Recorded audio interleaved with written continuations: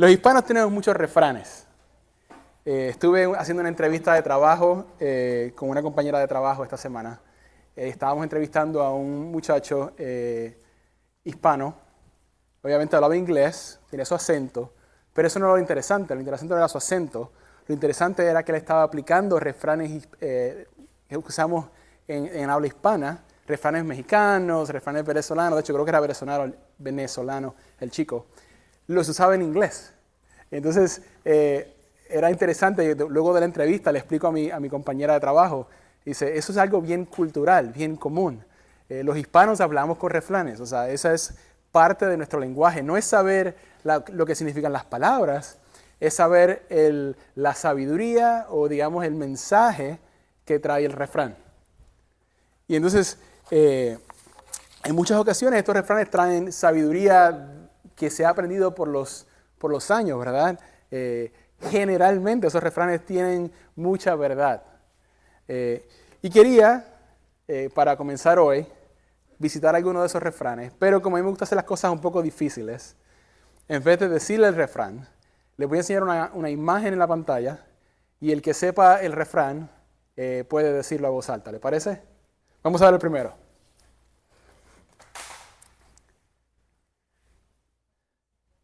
¿Lo saben?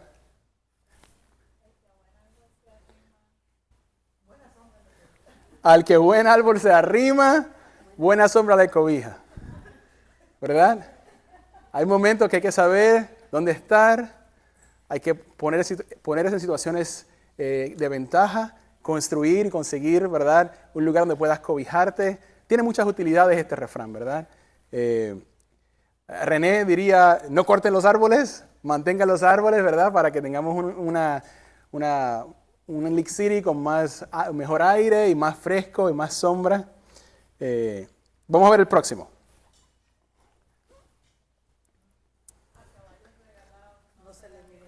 Al caballo regalado no se le mira el colmillo, el diente, ¿verdad? Si alguien te regala algo, sé agradecido. En momentos ese quizás no es perfecto, pero es regalado. Y es un caballo, ¿verdad? Lo usamos mucho con nuestros hijos, porque nuestros hijos pueden ser un poco niños y no saben, ¿verdad? Que cuando les regalan algo que no les gusta en Navidad, no deberían ir y decirle, pero ese no es el color que me gusta. Pero ya tengo uno como este. Próximo. Eso es fácil. Camarón que se duerme se lo lleva a la corriente, ¿verdad? Es esta idea de hay que estar siempre alerta, ¿verdad? En el trabajo, en la universidad, en donde quiera, ¿verdad? No pasar desapercibido y no estar pendiente porque pueden pasar cosas y luego ya usted no está ahí. Muy bien, el próximo. Es un poco más difícil. Más abstracto. De tal palo, tal astilla, ¿verdad? Es que la astilla no está muy bien dibujada, ¿verdad? No le sorprenda. Exacto. ¿Cómo es que dicen? Hijo de gato, caza ratón, ¿verdad? Este concepto de que de donde salimos influye mucho en lo que somos, ¿verdad? Muy bien, ¿algo más? Próximo. Ese está un poco más complicado. No hay peor ciego que el que no quiere ver, ¿verdad? Muy bien, el próximo.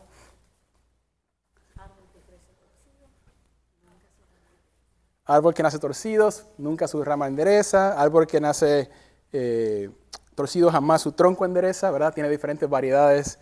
Este concepto de que a veces de donde salimos o las situaciones que tenemos o la forma que fuimos hechos o como somos, nunca va a cambiar, ¿verdad? Somos personas que somos así y así soy. Se utiliza mucho cuando queremos explicar nuestras fallas, ¿verdad? O cuando queremos decir, yo sabía que esa persona no iba a hacer las cosas bien porque árbol que nace torcido, jamás su tronco endereza. Es esta idea de que nosotros somos lo que somos y no podemos cambiar, ¿verdad? No podemos cambiar lo que somos por dentro. El problema con esto es que pareciera que estamos destinados a vivir con nuestras fallas. Cada uno de nosotros tiene ya sea fallas en nuestro carácter. Yo vengo de una familia que son, en Puerto Rico decimos bien corajudos, ¿verdad? Rápido nos enojamos. Y bueno, ahí está Josué, ¿verdad? o quizás personas que tienen otras faltas en su carácter o un pasado vergonzoso y ya está torcido, no hay nada que se pueda hacer.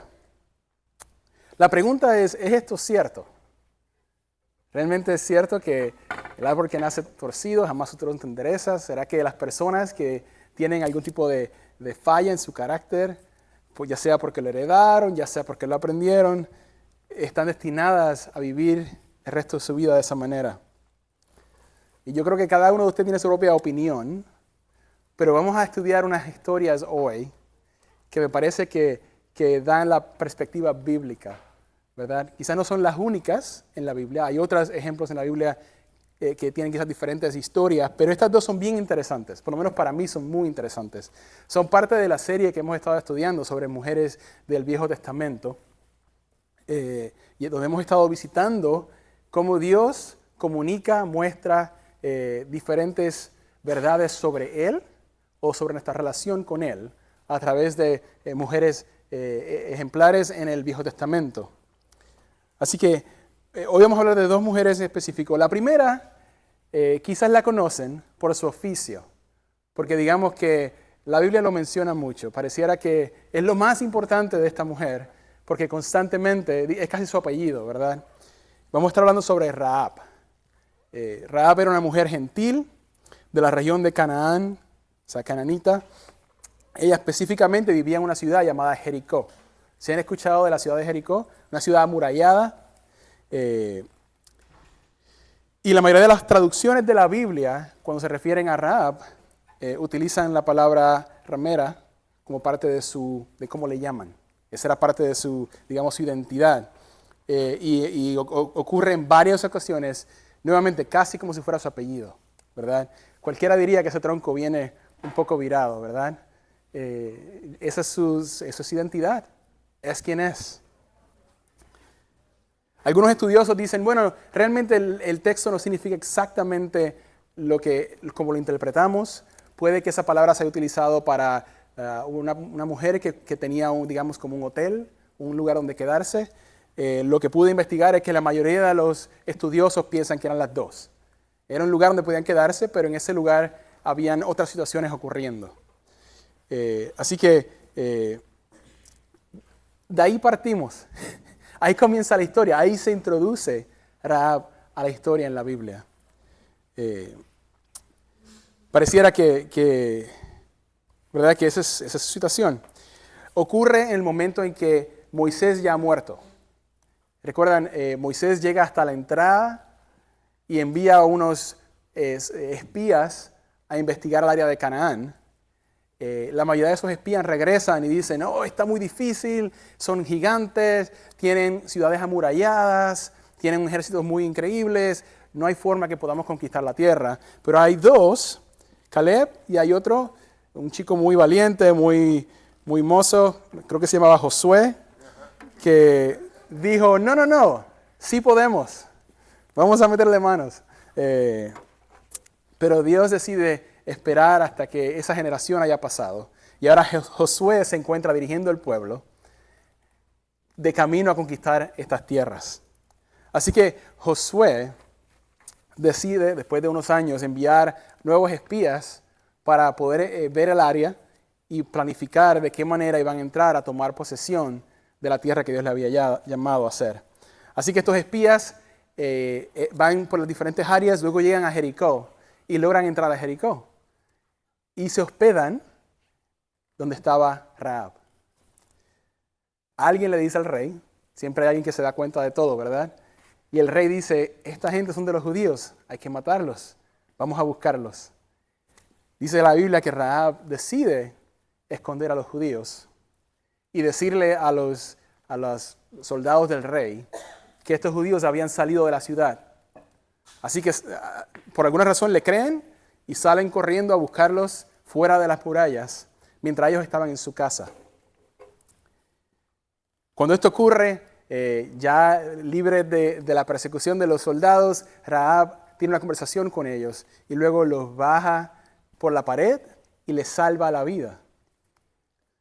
Así que esta es la historia de lo que ocurre. Lo que pasa es que esta historia no solamente se documenta en el Viejo Testamento. Esta historia donde esta señora le salva la vida a los espías que habían enviado, ¿verdad? Y como consecuencia la información llega a Israel y pueden hacer lo que van a hacer. Pero también es utilizado, su nombre y su historia es utilizada en el Nuevo Testamento. Hay pocas mujeres que se citan en el Nuevo Testamento del Viejo Testamento. Rahab es una de ellas. Hebreos 11, por ejemplo, es un capítulo que lo hemos estudiado. Hace unos meses atrás tuvimos toda una serie sobre la fe. Y Hebreos 11 era el capítulo que utilizamos como pie forzado, porque es un capítulo dedicado a explicar cómo Dios ha salvado a través de la fe desde el principio.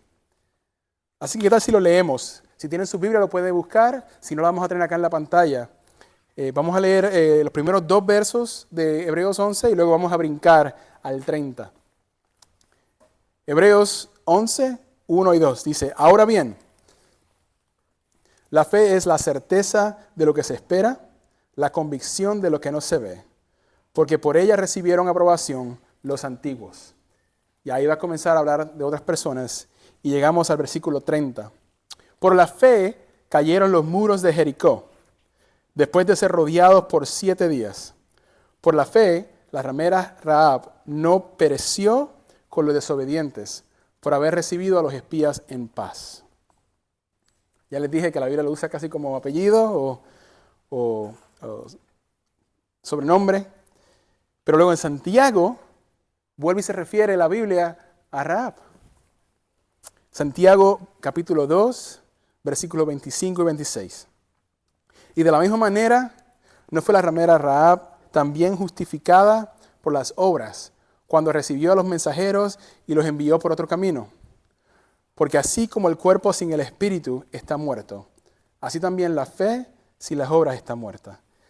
Estos 2 capítulos o versículos de la Biblia, cuando miran para atrás a la historia de Rahab, no hablan sobre la historia de Rahab antes de que estos espías llegaron, sino que hablan de lo que ocurre en el momento en que Rahab escucha sobre el Dios verdadero. Y que ella hace y cómo ella responde a lo que Dios le pone frente a ella, ¿verdad? Esta mujer quizás con un pasado turbio, algunos dirían con un tronco torcido, a través de su fe es salva, al punto de que Santiago y el autor de Hebreos dice, la fe de esta mujer y su acción por su fe, ella mostrando cómo confiaba en el Dios verdadero, no solamente salva a los espías, continúa el plan de Dios en el Viejo Testamento, sino que salva su alma.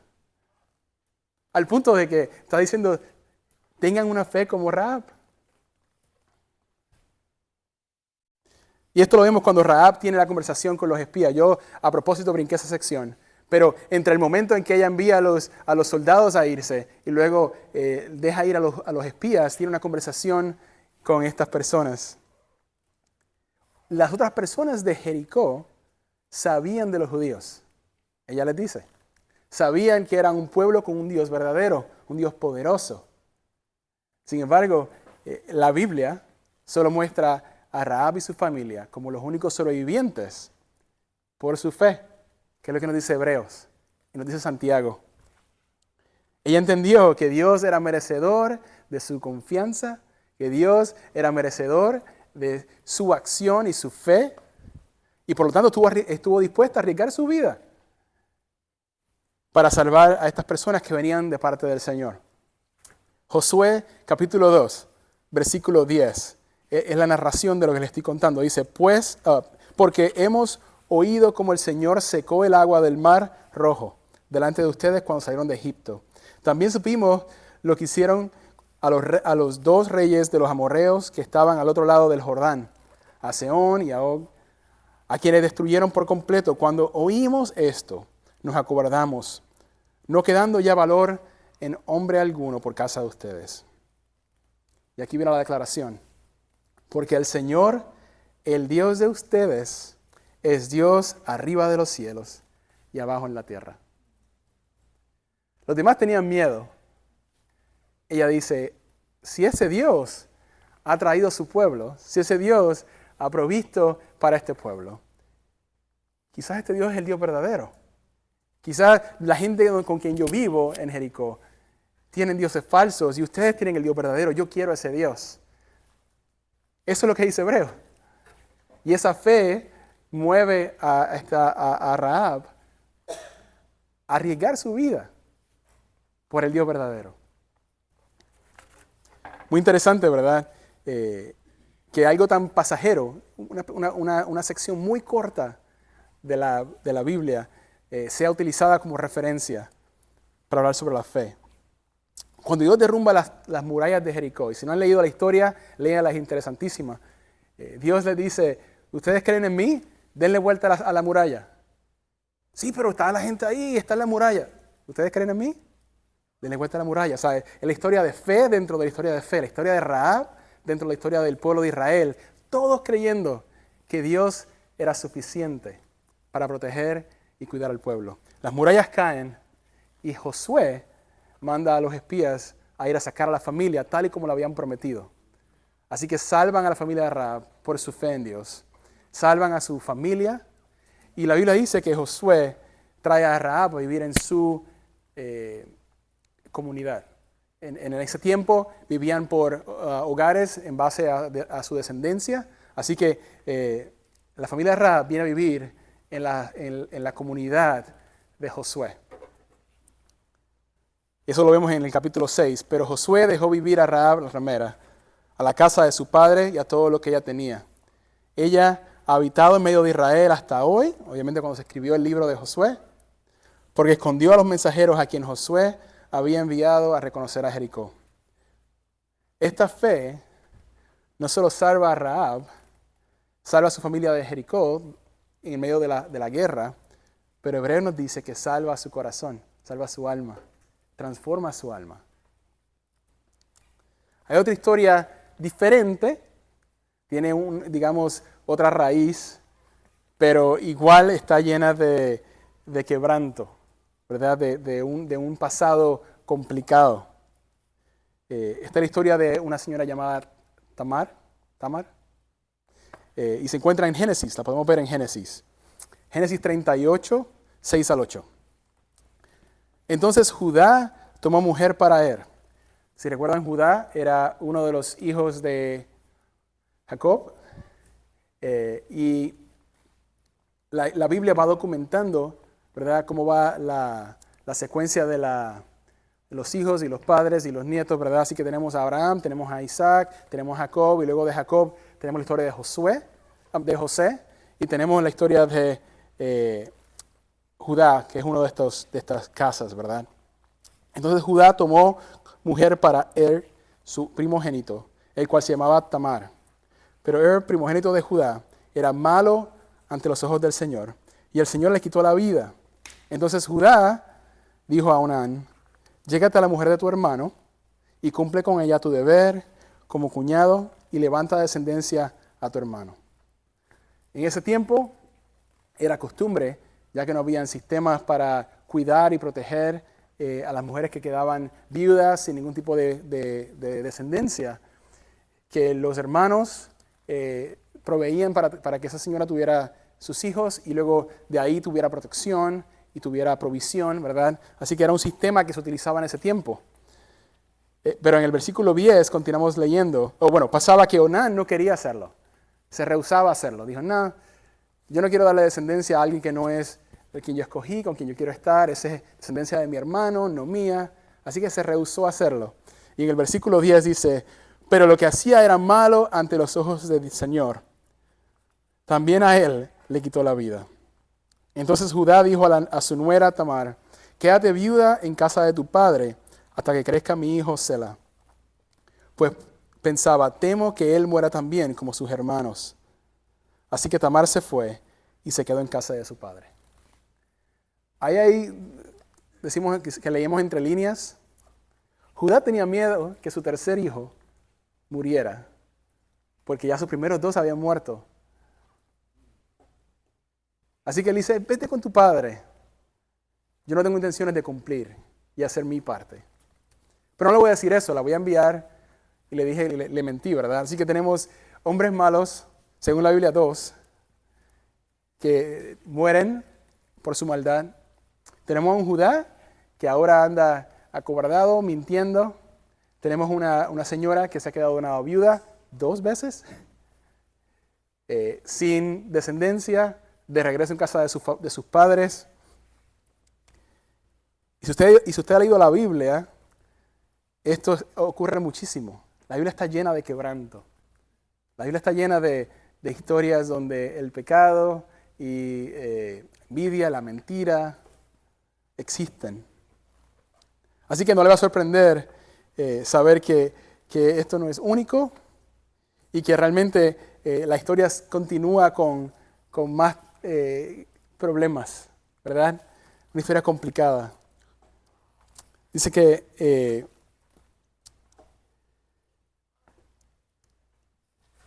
cuando pasa el tiempo y Judá no ha cumplido su parte,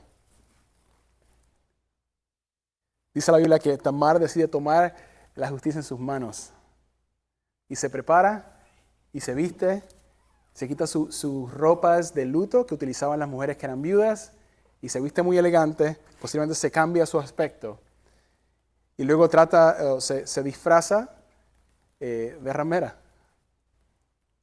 Y la Biblia dice que Judá no dice que luchó mucho para caer en este plan. Y tenemos aún más quebranto. Tenemos ahora un Judá con su nuera, quien él pensaba que estaba pagando por el servicio. Y Tamar queda encinta. Nuevamente, cuando hablamos de esta historia, pareciera que todo va mal. La gente quería matar a Tamar, porque esto estaba mal, ¿verdad? Era un problema. Pero digamos que Judá le había entregado cosas que lo identificaban a él como el padre de los niños. Y eso es lo que vemos en el versículo 24. Y a los 3 meses informaron a Judá diciendo: tu nuera Tamar ha fornicado y ha quedado encinta a causa de las fornicaciones. Sáquenla y que sea quemada, dijo Judá. Cuando la sacaban y ella envió a decir a su suegro: del hombre a quien pertenece estas cosas estoy encinta. Y añadió: le ruego que examine y vea de quién es este sello, este cordón y este básculo, que fueron las cosas que Judá le había dado. Judá lo reconoció y dijo: ella es más justa que yo, por cuanto yo no la di por mujer a mi hijo Selá. Y no volvió a tener relaciones con ella. Y nuevamente, mira esta historia y dice: qué historia tan torcida, ¿verdad? Llena de pecado, llena de fallas morales, de personas que no cumplieron con su palabra, de egoísmo, de mentiras, de traición. Pero realmente, ¿serán estas historias únicas? ¿O será que en nuestra sociedad conocemos personas que tienen pasados complicados?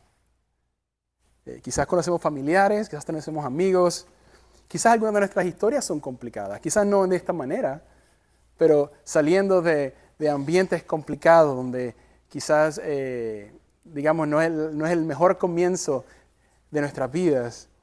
Y nos preguntamos cómo Dios puede utilizar eso, cómo Dios puede cambiar eso. ¿Acaso puede Dios enderezar un tronco que viene torcido? ¿Será que Dios tiene la capacidad de hacerlo? ¿Será que Dios quiere hacerlo? ¿Cómo puede Dios utilizar esto para su gloria? Un mundo tan quebrado, tan afectado por el pecado. Pero Dios es un Dios de segundas oportunidades. Si no me cree a mí, créanle a la Biblia. ¿Me creerían si les dijera que ambas mujeres, Tamar y Rahab, están en la línea genealógica de David? Es más, ¿me creerían si les digo que están en la línea genealógica de Jesús? De alguna manera, este Dios es un experto en tomar historias con principios torcidos y enderezarlos para su gloria. No solamente ella es Dios. Si vemos la historia de la genealogía de Jesús, está llena de personas con fallas morales, con fallas en su historia, donde el pecado ha sido presente. Sin embargo, Dios de alguna manera le place, quiere enderezarlas para su gloria, traerlas a su descendencia, hacerlos parte de su historia. Un Dios misericordioso, un Dios de historias de redención. Mateo fue escrito para los judíos. Así que para el autor de Mateo era importante explicarle a los judíos de dónde viene la historia de Jesús. Así que narra toda la descendencia de Jesús. Les voy a leer. Mateo 1, versículo 1. Libro de la genealogía de Jesucristo. Hijo de David, hijo de Abraham. Abraham fue padre de Isaac, Isaac de Jacobo y Jacob de Judá y de sus hermanos. Judá fue padre de Fares y Sara, cuya madre fue Tamar. Fares fue padre de Esrom, Esrom de Aram, Aram fue padre de Aminadab, Aminadab de Nazón y Nazón de Salmón. Salmón fue padre de Boz, cuya madre es Rahab. Nazón era líder de la casa de Josué. Dios trae a Rahab y la inserta en su descendencia.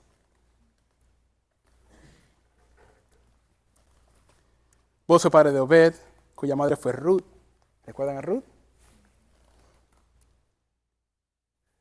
Tu Dios será mi Dios, tu pueblo será mi pueblo. Y Obed fue padre de Isaí, Isaí fue padre del rey David. Y David fue padre de Salomón, cuya madre fue Betsabé, que había sido mujer de Urías. Mucho quebranto, incluyendo la historia de Betsabé. ¿Recuerdan la historia de Betsabé? David termina matando al esposo de Betsabé porque había tenido una infidelidad con ella. Sin embargo, de alguna manera, de tantas millones de personas en el mundo, Dios le place tomar historias complicadas, de principios complicados, llenos de mucho quebranto, para su gloria. Ese es el Dios que nosotros servimos. Y esto lo vemos no solamente en el Viejo Testamento, lo vemos en el Nuevo Testamento. Me fascina leer los Evangelios porque vemos a un Dios que ve personas quebrantadas y solo muestra compasión. Les cambia, pero solo muestra compasión. Ya sea el saqueo, ya sea la mujer en el pozo, ya sea la mujer adúltera que la traen a sus pies, ya sea la mujer que viene con el cántaro y le unge sus pies. Y la gente se pregunta por qué Dios muestra ese tipo de compasión. ¿Será que no sabe el pasado de esta mujer? Y Jesús dice, no, es que al que mucho se le perdona, mucho ama. Este es el Dios que nosotros le servimos, hermano. Es un Dios que quiere utilizar nuestro pasado, que quiere hacer eso conmigo, que quiere hacer eso contigo, que quiere hacer con eso con las personas que quizás nos han hecho daño. Dios quiere cambiarlos. Personas que están a nuestro alrededor, que los vemos y vemos su situación y decimos, no sabemos cómo alguien puede salir de esa situación, sea financiera, sea social, pero es que servimos a un Dios que tiene un historial de tomar a esas personas y cambiarles, insertarlos en su historia para su gloria. Jesús quiere traer ese perdón. Jesús quiere reparar ese tronco, enderezar ese tronco. Dios puede y quiere usarnos. Dios quiere y puede usarle. Sin importar su pasado, sin importar mi pasado. Es más, Dios quiere utilizarle y utilizarme por nuestro pasado. Qué bonito es mostrar compasión porque hemos sido perdonados. La iglesia siempre ha estado y siempre estará con los marginados porque la iglesia sabe lo que es ser rescatado, redimido, cambiado. Nosotros hemos experimentado. En el Padre Nuestro decimos, Señor, perdónanos como nosotros perdonamos. Dios quiere hacer eso con todos nosotros y debe cambiar la forma en que nosotros vivimos nuestra vida, debe cambiar la forma en que nosotros interactuamos con otros. Sobre todo aquellos que parecen más lejos, porque sabemos que Dios es experto en cambiar esas historias.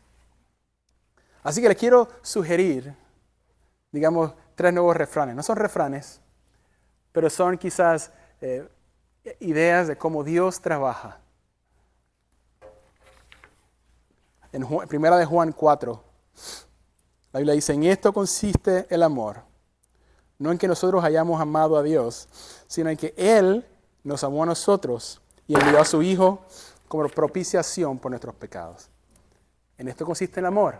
No en que usted haya amado a Dios primero, sino que Dios nos ve en nuestra condición y nos ama y se entrega por nosotros. Dios inicia la relación. Él ama primero. Él es el autor de nuestra redención. Romanos 5:8. Pero Dios muestra su amor para con nosotros en que aun siendo pecadores, Cristo murió por nosotros.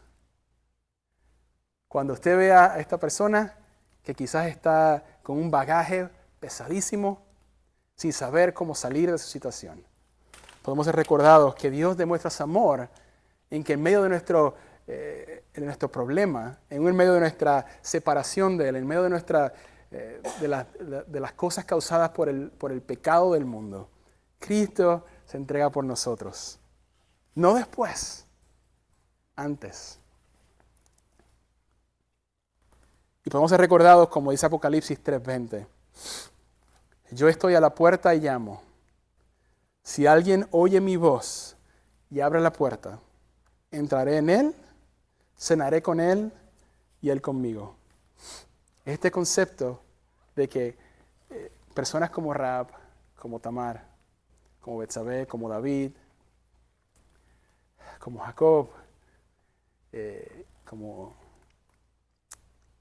Judá, personas imperfectas, con fallas de su carácter, y muchas veces motivados por su pecado. Si tan solo escuchan la voz del Señor y abren la puerta y le dejan pasar, el Señor dice que va a entrar y va a cenar con ellos. Este Dios que cantamos, todopoderoso, todo increíble, creador del universo, por alguna razón quiere entrar a su corazón, quiere entrar a mi corazón, y quiere cenar con nosotros, y quiere cambiarnos, y quiere enderezarnos, y quiere usarnos para su gloria, no por nuestro pasado, pero aún con nuestro pasado. No sé si usted ha escuchado esto antes, no sé si usted quizás mira a su pasado y piensa que de alguna manera le descalifica para ser un eslabón, para ser portavoz de lo que Dios quiere hacer en el mundo. Y si eso es así, estoy aquí para decirle que Dios es experto en tomar situaciones torcidas y enderezarlas para su gloria. Dios es experto en utilizar su situación. Sea que usted ha sido afectado por el pecado, usted ha sido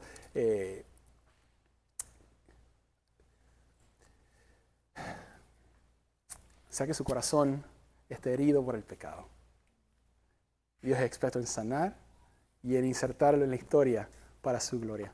Y les invito a que se dejen al Señor entrar a su corazón. Y les invito a que compartan sobre este Dios increíble con personas que usted pueda ver que necesitan escuchar a este Salvador. Saber que este Dios existe, que Él le llama y que quiere cambiarle. Señor, te damos tantas gracias, porque sabemos que a veces estos temas son un poco pesados. Sabemos que muchos de nosotros, y quizás conocemos personas que han sido afectadas, Señor, por el pecado en el mundo. Ya sea que sus decisiones, Señor, les han llevado a un lugar oscuro, ya sea que las decisiones de otras personas a su alrededor, Señor, han afectado su vida de forma negativa, Señor. Y sabemos que quizás a los ojos humanos a veces es difícil ver de qué manera tú puedes utilizar, Señor, tanto quebranto para tu gloria, pero de alguna manera, Señor, tú eres experto en cambiar estas historias, Señor. Vemos una y otra vez, no solamente en la Biblia, pero aún en nuestras vidas, Señor, cómo tú, Señor, tomas nuestra vida y la utilizas para tu gloria. Te pedimos que nos ayudes a recordar, Señor, que tú nos has sacado, que nos has cambiado, que tú andas trabajando en nuestra vida poco a poco para que nuestra vida te refleje a ti, Señor. Ayúdanos a ser compasivos con aquellos, Señor, que aún no te conocen, pero que están a solo una llamada, solo a punto de abrir la puerta para que tú transformes y cambies sus vidas para siempre, Dios. Te pedimos que nos ayudes a tener misericordia con nosotros mismos, Señor, cuando nos sentimos, Señor, lejos de ti. O cuando vemos, Señor, las consecuencias de nuestro pecado, sabiendo, Señor, que tú puedes cambiarnos si tan solo te dejamos entrar y obrar en nuestras vidas, Dios. Te pedimos que esta palabra, Señor, más que una carga, sea un bálsamo en nuestra vida, sabiendo que ese es quien tú eres, Señor. Un Dios dispuesto, Señor, a utilizarnos a nosotros y amarnos. Que tú nos amaste primero, que tú nos llamaste y moriste por nosotros, aún antes de cambiarnos, Señor. Y que si tan solo, Señor, te dejamos entrar, tú entras y cenas con nosotros y nos incluyes, Señor, en tu historia de redención. Todo esto lo pedimos, Jesús, en tu nombre. Amén.